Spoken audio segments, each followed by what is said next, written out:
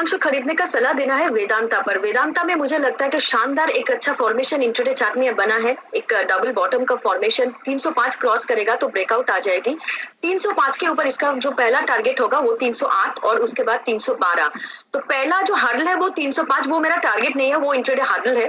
वो hurdle cross करेगा तो पहला टारगेट मेरा 308 का होगा और दूसरा होगा 312 का। ये दो टारगेट्स के लिए वेदांता को खरीदने का सलाह होगा। 302 के आसपास अभी कॉल दिया था, 298 के नीचे स्टॉप लॉस मेंटेन करना पड़ेगा और स्टॉक को कल तक होल्ड करना पड़ेगा। मुझे लगता है दोनों टारगेट्स कल तक आ जाएगा। ओके, तो वेदांता है वो स्टॉक जहां पर खरीदारी करने की राय। और कल है वेदांता के लिए बेहद अहमियत वाला दिन 1 सितंबर, जहां पर इंटरिम डिविडेंड पर होने वाली है बैठक, बोर्ड बैठक। और उम्मीद ये की जा रही है कि ये इंटरिम डिविडेंड जो होगा वो 5% से ज्यादा का होगा। 300 रुपए का स्टॉक है, 5% का मतलब ये हुआ कि कम से कम 15 रुपए तो डिविडेंड आना ही आना है, 15-16 रुपए।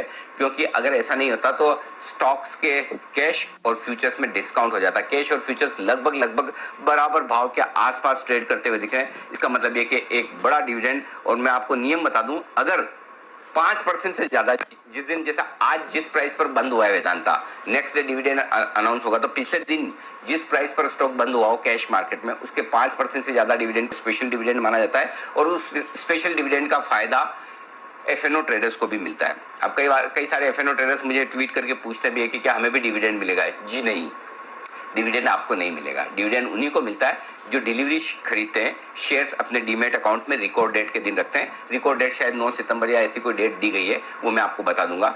लेकिन अगर आपके पास शेयर हैं तो फिर एफएनओ ट्रेडर्स को फायदा कैसे?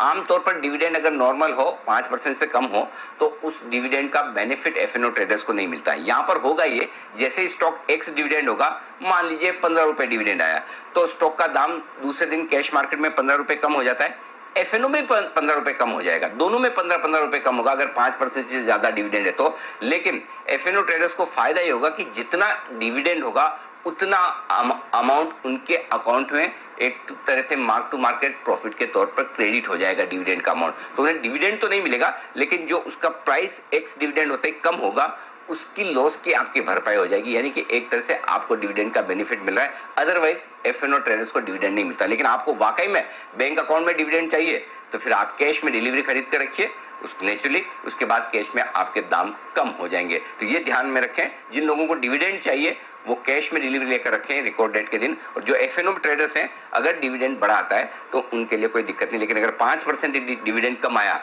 तो फिर एफएनओ दाम तेजी से घटेंगे। ये ध्यान में रखें, ये नियम आपको पता होना चाहिए।